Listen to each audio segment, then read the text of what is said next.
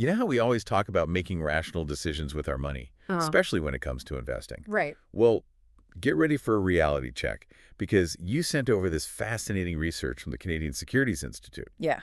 and it dives deep into behavioral finance.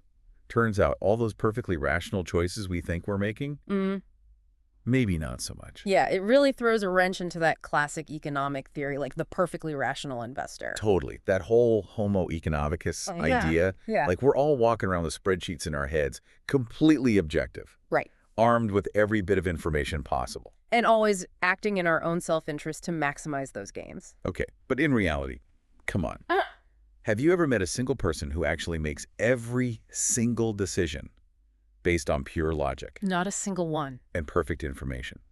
Please. Yeah. It's like saying, before you buy a car, you need to test drive every single model on the market, compare every detail, read every single review ever written. You'd be stuck researching for years. And I think that's the beauty of behavioral finance. Okay. It acknowledges that we're human. And our psychology, with all its quirks and biases, plays a huge role in our decisions, especially when it comes to something as emotionally charged as, well, investing. So it's not just about understanding the numbers, it's about understanding ourselves too. 100%. Now, you mentioned that we can look at this from both a micro and macro perspective. Yeah. What did you mean by that? So on the micro level, we're talking about those individual biases that we all have. You know, those mental shortcuts our brains take that can sometimes lead us astray. But then there's the macro view, which looks at how these individual quirks, when you kind of zoom out, can create these ripple effects across the entire market. Like some kind of collective financial unconscious. Exactly. And those ripples, they can create some pretty fascinating market anomalies. Okay. Take the January effect, for example. You familiar with that one? Fill me in. So it's this well-documented trend where stock prices, especially for smaller companies, tend to go up in January. But wouldn't investors, knowing this pattern exists, try to get ahead of it, thus, kind of evening things out? You'd think so, right? But it persists, which suggests that even when we're aware of these patterns, there's something about human behavior Interesting. that keeps this anomaly alive and well. It may be a mix of tax loss harvesting in December and then reinvesting in January, but it really highlights how powerful these psychological factors can be. So are our brains just wired to make these kinds of decisions? Wow.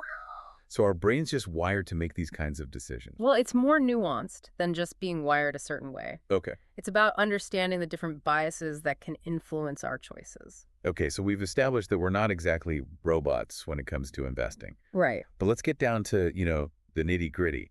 What are some of these cognitive biases that might be lurking in our minds, influencing our decisions without us even realizing it? Well, one of the big ones is anchoring bias. Anchoring. It's this tendency we have to latch on to the first piece of information we get, even if it's not the most relevant. Oh, I see. So like if I hear a friend at a party say they bought a stock at like $100 a share, Right. and now it's down to $50, Yeah. that initial $100 might still be stuck in my head as the real value, Yes. even if the company's performance has totally changed. Exactly. It's like that $100 becomes your anchor. And you might be more likely to hold on to that stock hoping it'll go back up to that price, Oh. even if it's not justified. Even if it's completely unrealistic. Yeah. Wow. Okay. What about, speaking of information overload, isn't there a bias related to how we process all the financial news and data that's constantly thrown at us? Absolutely. And that's availability bias. We tend to make decisions based on the information that's easiest to recall, not necessarily the most accurate Okay. or comprehensive. So that flashy billboard for a mutual fund or a hot stock tip from a friend at a party Yeah. might seem more convincing than a well-researched investment strategy that's a bit more, under the radar. Precisely. We're drawn to what's vivid and, readily available, even if it's not the most reliable information. And then, of course, there's confirmation bias. Oh, confirmation bias. Oh. I know this one. Oh, tell me. It's that tendency to seek out information that confirms what we already believe, Yes. even if deep down we, suspect we might be wrong. We all have a little bit of that in us. Yeah. You know where you read those glowing analyst reports about a company you've already invested in, Right. but conveniently ignore the less optimistic ones. Exactly. We like to, We like to feel validated, even if it means clinging to a flawed investment thesis. 100%. Yeah. Tough to admit when we're wrong, even to ourselves. Yeah. But these cognitive biases, they're just one side of the coin, right? We've also got those emotional biases to contend with. Oh, absolutely. And those can be even more powerful, especially when you're in the heat of the moment. Loss aversion, for example, can really trip us up. Tell me more about that one. Loss aversion, what is that? So it's this idea that the pain of a loss hurts us way more than the pleasure of an equivalent gain. Okay. Imagine you find a $100 bill on the street. Okay, yeah. Pretty exciting, right? That's a good day. But now imagine losing that same $100 bill just a few hours later. Oh, I think I'd be kicking myself all week. Most people would, right? But that's loss aversion. The emotional impact of that loss tends to outweigh the initial joy of the gain. Makes sense. And this plays out in investing all the time. So we panic and we sell stocks during a downturn, even if rationally, we probably know that markets tend to recover over time. Yeah. We're so afraid of that loss that we act impulsively. Exactly. All right. And then there's regret aversion, which can be almost the opposite problem, Okay. where we avoid making any decision because we're so worried about potentially feeling regret later on. So we sit on the sidelines, paralyzed by indecision. Yep. Even though taking action, maybe any action, might be the best course of action. 100%. And it's that classic, fear of missing out versus the fear of making a mistake. Right. We're constantly weighing those potential regrets against each other. It's like a dance. It is a dance. And sometimes doing nothing is the worst decision of all. It really is. You mentioned another bias earlier, something about overvaluing what we already own. Ah, yes. Endowment bias. Endowment bias, okay. This one's a real head scratcher. Okay. We tend to place a higher value on something simply because we own it. Okay. Even if objectively it's not worth as much as we think. Interesting. So that stock I've held on to for years, even though it's, underperformed the market, Yeah. it no longer fits my investment strategy. Right. I might be irrationally attached to it because it feels familiar. It's a bit like that old, sweater you can't bear to part with, even though it's seen better days. Right. Sentimentality can really cloud our judgment, especially when it comes to things we've poured a lot of time, money, or, emotional energy into. This is all starting to make me look at my own investment decisions in a whole new light. Out of all these biases, which one do you think tends to trip people up the most? And more importantly, how can we use this knowledge to actually make better choices? What? This is all starting to make me look at my own investment decisions in a whole new light. Out of all these biases, which one do you think tends to trip people up the most? And more importantly, how can we use this knowledge to actually make better choices? Well, I think it varies from person to person. Right. But knowing that these biases exist is a huge first step. Right. Then you can start to identify them in your own decision-making. Okay, so knowing all these biases are swirling around in our heads, how do we actually put this knowledge to use? Right. It feels like those standard risk tolerance questionnaires we often see, they might not be enough to paint the full picture. Yeah, you're right. Those questionnaires, they have limitations. They present these hypothetical situations. Right. But our reactions in the abstract, they can be very different Totally. from how we would behave when there's real money on the line. For sure. Plus, like we've been talking about, the way a question is framed, even subtly, can really influence our answers. So it's not just about what you ask, but how you ask Yeah. it. Give me an example of that. Okay.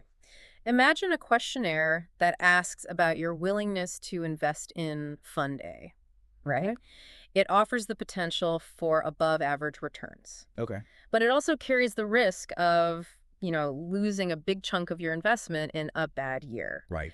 Now, if the question emphasizes the potential gains, like imagine doubling your money in just a few years. Okay.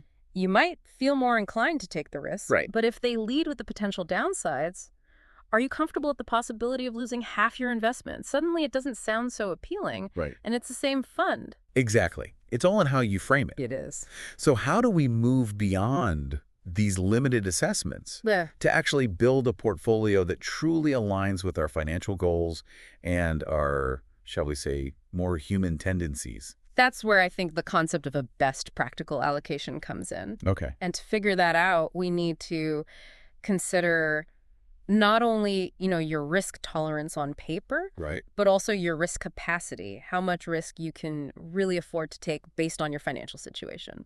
So it's about finding that sweet spot Yeah. between what's optimal on paper Yes. and what's actually achievable given our well, our psychological makeup. Precisely. And this is where the work of researchers like Michael Pompian and John Longo Right. becomes really valuable. Okay. They've done a lot of research on the intersection of behavioral finance and, practical portfolio construction. Hmm. One of their key principles is that for less wealthy clients, it's often best to try to, moderate or dampen the impact of their biases. Because for someone with, less financial cushion, sticking closer to that, rational path is crucial, even if it's a bit uncomfortable, to protect what they've worked so hard to build. Exactly. They might not have the luxury to ride out those emotional ups and downs in the market, but for wealthier clients, you might have a bit more flexibility to adapt to their biases. Okay. If their portfolio takes a hit, it's less likely to derail their entire lifestyle. So you might build in some like safeguards or diversify a bit differently, even if it means, slightly lower returns, just to give them that peace of mind. Yeah. Yeah, exactly. It's all about tailoring the approach, right? Pompian and Longo, they also suggest focusing on moderating cognitive biases.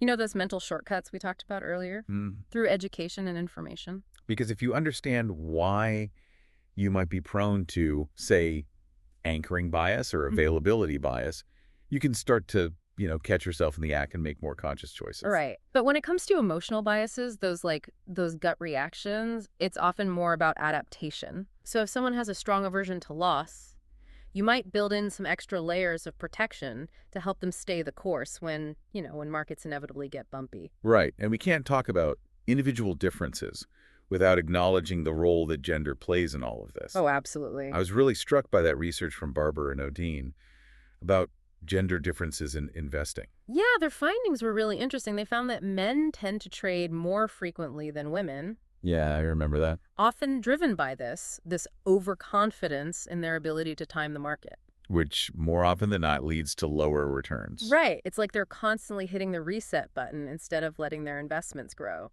It's the classic case of trying to be smarter than the market. Exactly. And it often backfires. Now, women, on the other hand, they tend to be more patient investors. Yeah.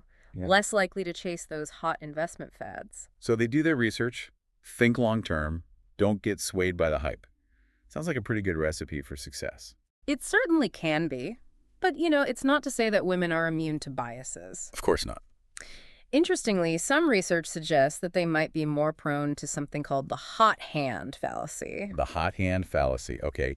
What is that? It's this belief that if something has happened multiple times in a row, like a stock going up several days in a row, it's more likely to happen again. Okay. But in reality, past performance, as we always say, it's not necessarily indicative of future results. It's like flipping a coin. Just because it lands on heads 5 times in a row doesn't mean the odds of it landing on tails increase on the 6th flip. Exactly. You got it. Yeah. It's just that our brains, they love to find patterns, even where they don't exist. And, these tendencies can affect anyone, regardless of gender, background. So it seems like the key here is awareness. Awareness, yeah. If we can learn to recognize these biases in ourselves, both the cognitive and the emotional ones, we can start to make more conscious choices with our money. 100%, yeah. It's about working with, not against, our inherent tendencies. This has been a really insightful conversation, I've got to say. Yeah. I've learned a lot preparing for this. Me too. We've learned a lot. You've given us so much to think about, I feel like. To our listener out there, if you take away just one thing from this deep dive with us today, it's that your brain, it's wired in a way that, well, it might not always align with making those, perfectly rational investment decisions. It happens. But that's okay. It's human. By understanding these biases, we can navigate the world of investing with more clarity, make choices that align with our goals, and hopefully avoid some of those, those common pitfalls along the way. Thanks for joining us on this journey into the fascinating world of behavioral finance.